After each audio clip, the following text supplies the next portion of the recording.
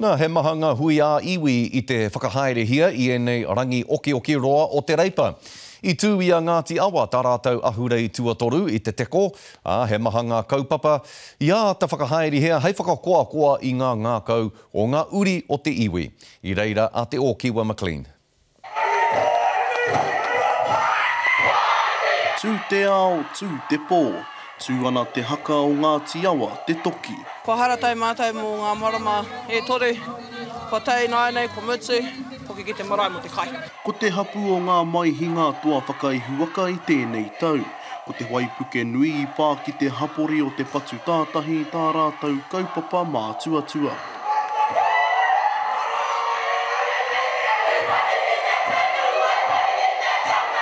Ko hei te tahi paripurahi e roto I taku whare.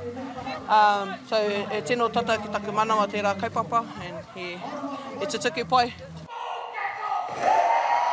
Nā Ngāti Pūkeko te papa I tahi e rua tau ki muri, me te ahako I rā no te āwhero I tēnei tau.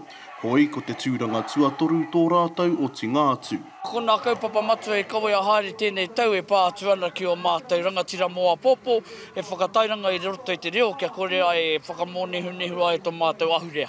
Hei tā te tumu whakawā ko te tū ake a Ngāti Awa tā rātau e whai nei. Kei te tū koe mo tō hapū, kei te kawe koe te mano o tō hapū, I runga I te ahu o tō hikoe, ki runga I te atāmira.